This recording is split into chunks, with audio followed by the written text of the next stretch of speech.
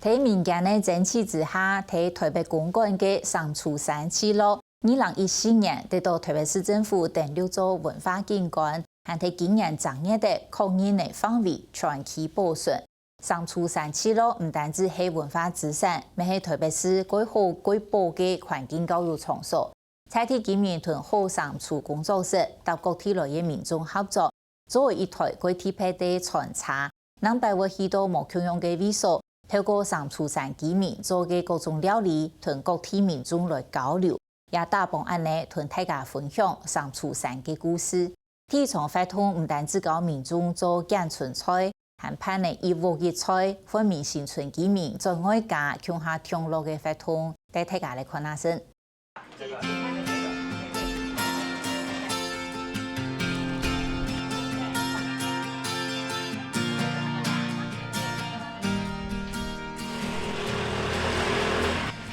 东店青嘅公館上樹山七路，讓你動物共用。第七路嘅廣場巷，大家無限視察，睇片鬧熱。今年年初，七路客廳全期保存過後，早期居民同去聽傳統分子保存嘅後上樹工作室，都開始想為做點乜嘅。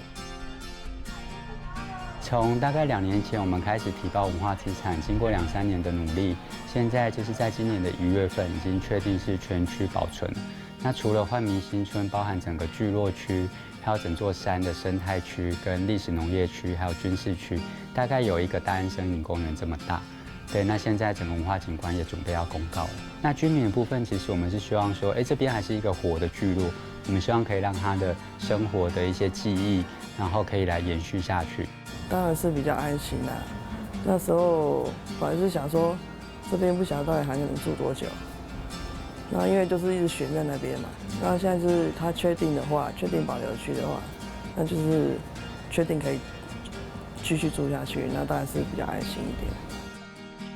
後上樹工作室辦理結合從環境教育、認識生態、韓國藝術發通一條，讓你見到而辦一場用飲食做主題嘅交流活動。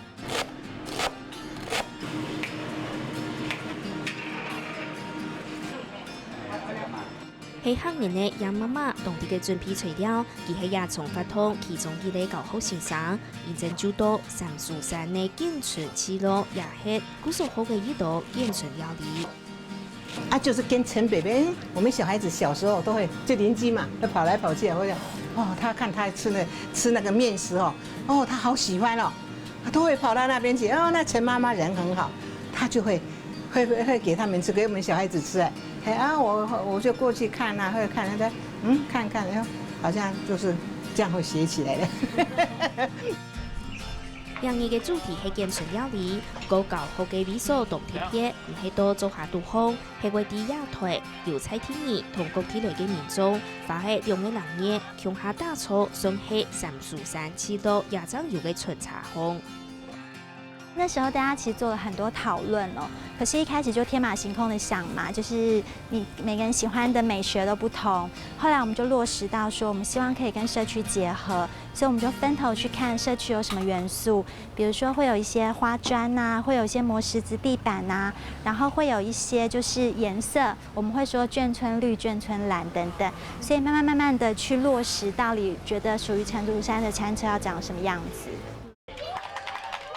經過大家經討論見面，也推春茶唔單唱做地主食，地為喇叭落去來放鬆音樂。面向行家搭棚嘅有好單一條也按到嘅功能，大埔也推春茶，後上樹工作室希望七路杜烘嘅居民，無論係簡春客家熱出面也到，大埔各種各樣嘅食物來同外界交流。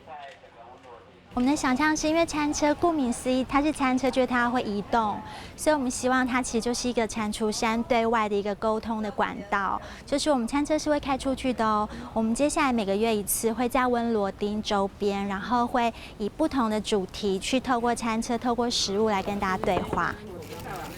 先把它搓圓把它壓一下，壓扁兩邊壓一下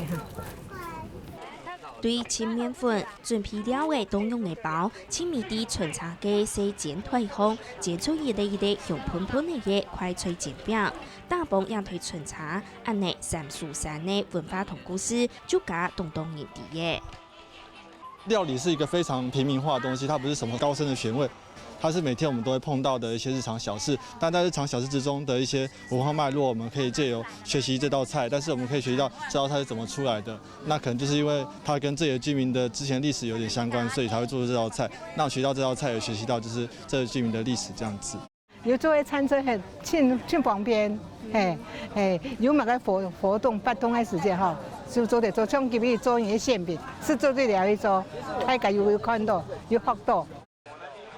唔但唱有食物交流，ยัง見還有一家人出一片菜葉發湯，每家米屋都準備自家一點讚美料理。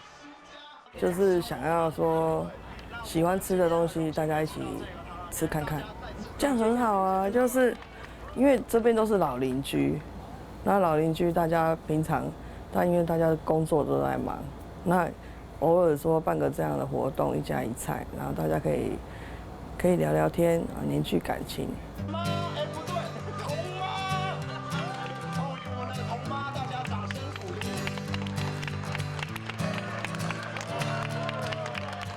連晚尾熱條路線，大家特富嘅推標行數逢體壇，調出自家一定針對嘅料理嚟同大家分享。18位還有動葱油嘅發湯，本地當地嘅風嘅風味新春，因為按當年做出嚟嘅資料作品，和同期點出天賦，就唔會按摩洗手就加以講。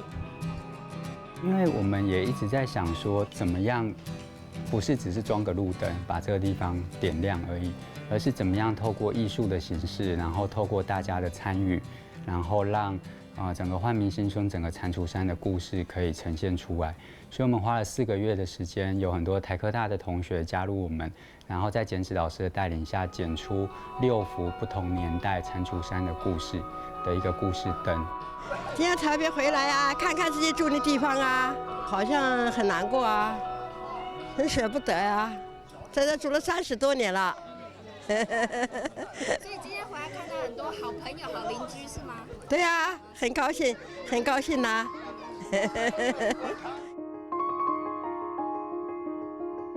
第點講嘅嘢煥民新村，大家要嘈到腦背，都幾群天樣，用書從頭白用嘅嘢氣氛，全期保留下來嘅三蜀山，經過按當年按出心來天數，唔但唱起落加動有生命。大煲春茶，食物嘅交流，每傾夾美，大家嘅心。